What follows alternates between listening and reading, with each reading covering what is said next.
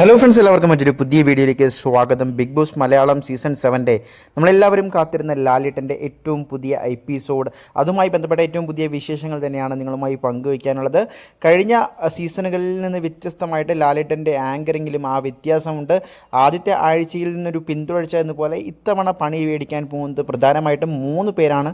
3 പേർക്കും വേണ്ടത്ര തരത്തിലുള്ള ചുട്ട മറുപടികളും അതുപോലെ തന്നെ പൊരിച്ചെടുക്കുന്നുണ്ട് ലാലേട്ടൻ. അത് മറ്റാരുമല്ല, ഒന്ന് ജിസായിലാണ്.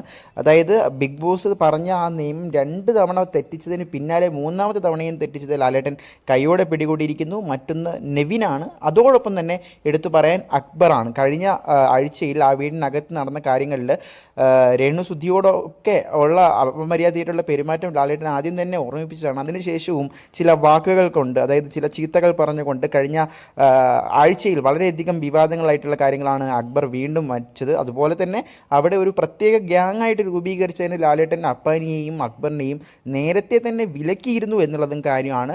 ഇത്തവണയും അനീഷിന് വളരെയധികം അഭിനന്ദനങ്ങൾ, ആശംസകൾ ലാലേട്ടൻ്റെ ഭാഗത്തു നിന്നുള്ള സപ്പോർട്ട് കിട്ടുന്നുണ്ട് എന്ന അപ്ഡേറ്റുകൾ തന്നെയാണ് നമുക്ക് ലഭിക്കുന്നത്. എന്തായാലും ഒരു 1.5 വീക്കെൻഡ് എപ്പിസോഡിന് തന്നെയാണ് കളമൊരുങ്ങുന്നത്. നിങ്ങളുടെ അഭിപ്രായങ്ങൾ കമൻറ്റ് ചെയ്യാൻ മറക്കണ്ട. മറ്റൊരു വീഡിയോ ആയിട്ട് കാണാം.